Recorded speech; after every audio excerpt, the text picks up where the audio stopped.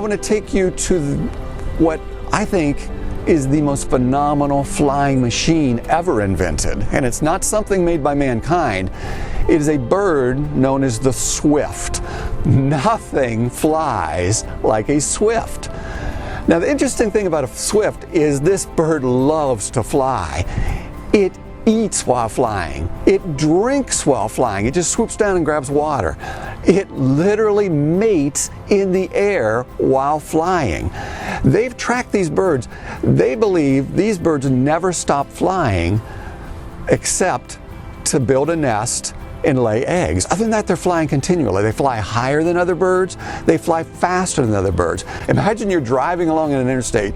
You're kind of going 80, 85 miles an hour, and you're kind of looking over your shoulder thinking, boy, I hope a policeman doesn't catch me.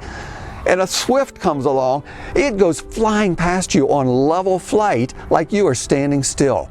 In level flight, the swift flies faster than any other bird in creation, 105 miles per hour. During its lifetime, the swift flies 2.7 million miles. It's like around the moon and back 6 times, around the entire earth 100 times.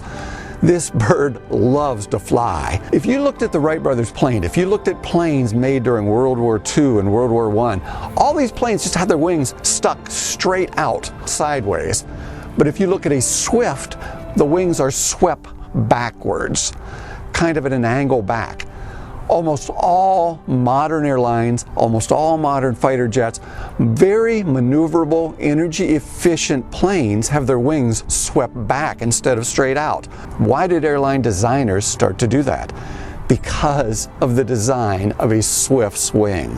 We learned from the birds as flight improved.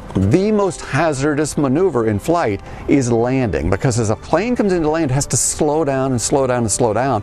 Well, at some point, if it slows down too much, it loses lift, and it's called stalling, and the plane literally will start fluttering like a leaf. Many crashes resulted. Well, airplane designers again looked at the birds. Very large birds of prey like eagles and hawks. They have these feathers that are deployed in the front edges of their wing as they're coming in for their landing. Well, airline designers started to put forward flaps on the wings of airplanes to prevent stalling. They looked at the birds first and copied the design they saw in very large birds of prey in order to better control planes and allow more controlled landings. You see, all through nature, God has provided discoveries, designs, innovations that are there in the sandbox of creation, waiting for us to put them to use in other ways and other applications. Now, sadly, who gets credit for all of this unbelievable complexity and design? Students are trained. It's all a matter of adaptation or mutations or natural selection. It all just made itself. It all happened by random changes over huge periods of time. That couldn't possibly be true